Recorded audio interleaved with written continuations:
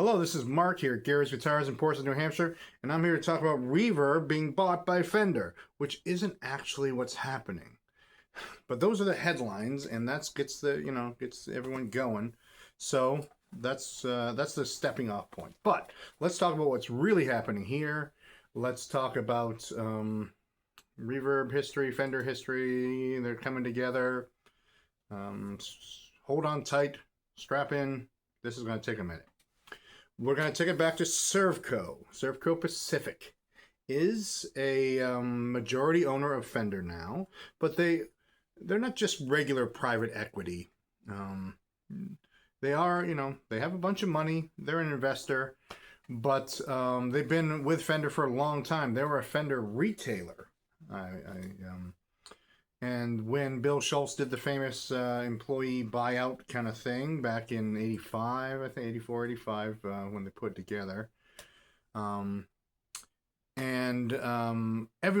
and I know one guy was involved in that buyout, friend George, and he told me the story about like everyone was like mortgaging their houses. Bill said, scrape up all the money you can and, dump it in here. We're all going to buy this thing together. And, Servco was a great company to invest because by then they'd probably they're involved in they started off in automobile repair and gas stations, and they're a car dealer company on the island, in Hawaii or one of the islands or all the islands probably, and they came in the investor group that did the takeover in '85, so they've been there at Fender for a while, and as these Fender owners have retired or just wanted to get out of it, they bought up more and more share, and now the majority holder of Fender.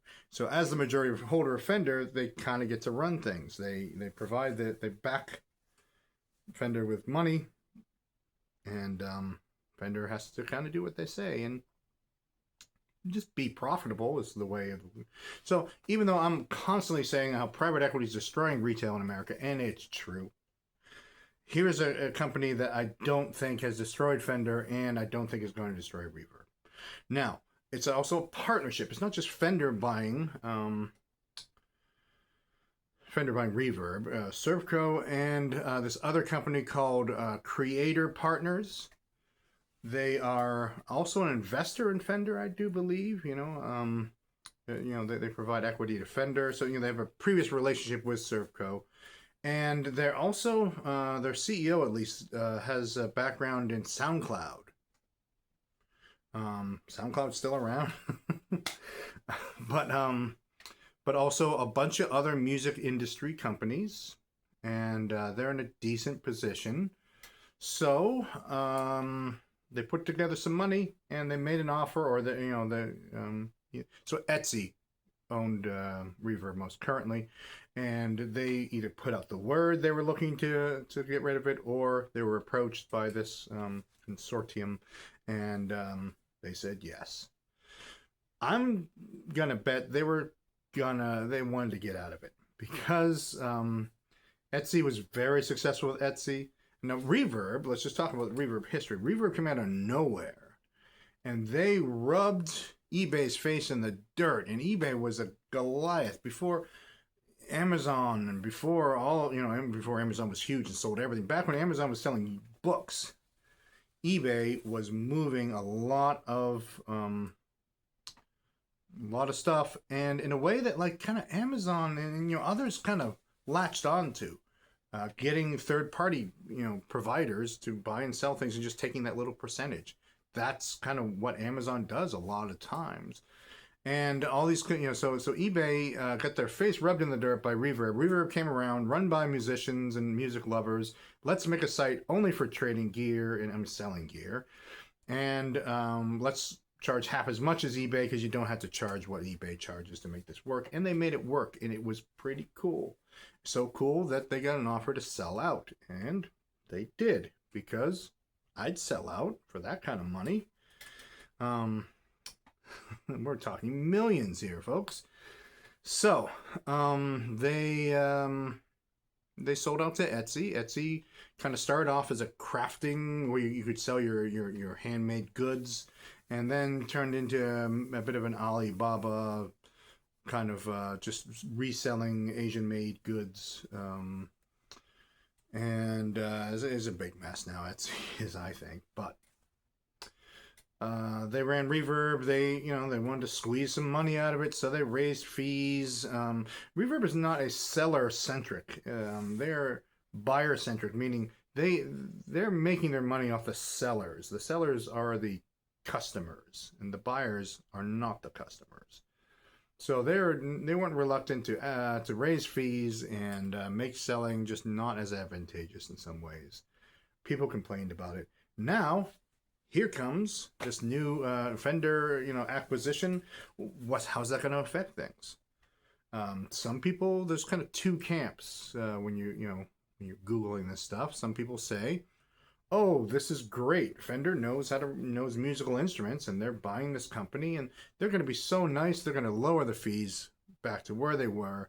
They're going to be, they're not going to pull any levers, and they say they're not going to unfairly favor Fender instruments on their sites, and so."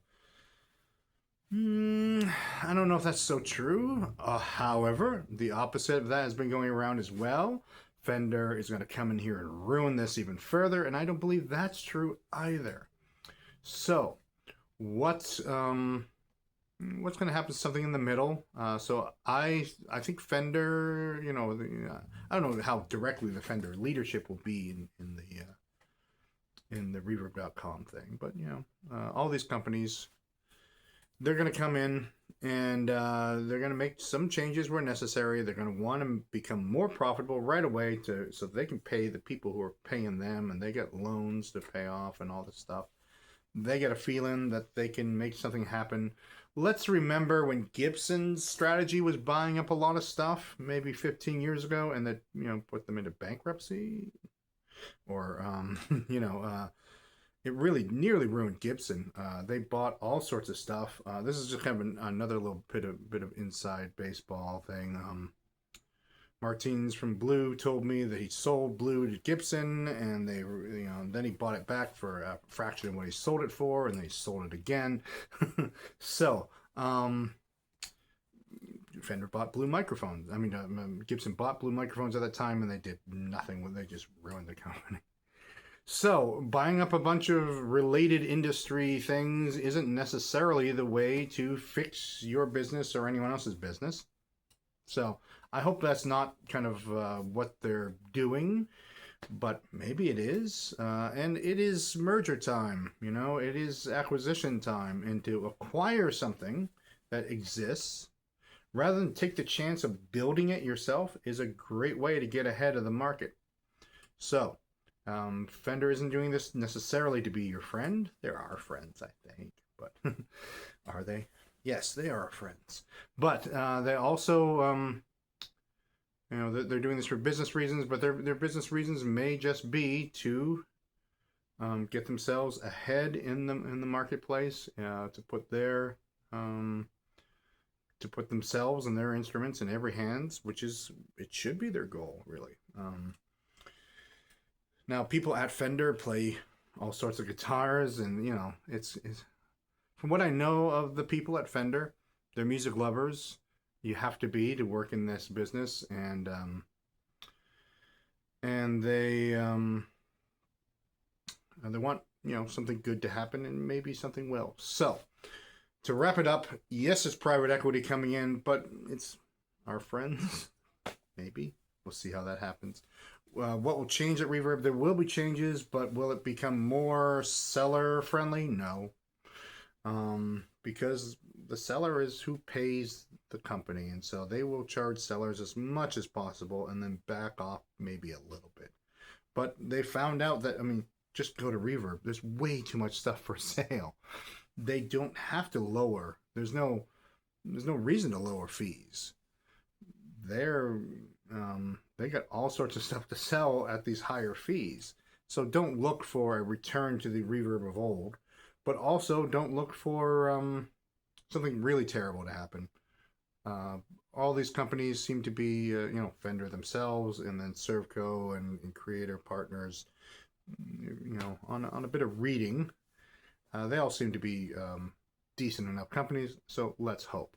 So, thanks again for watching. Watch all the like and subscribe. Watch all the other videos here on YouTube. There are hundreds of them.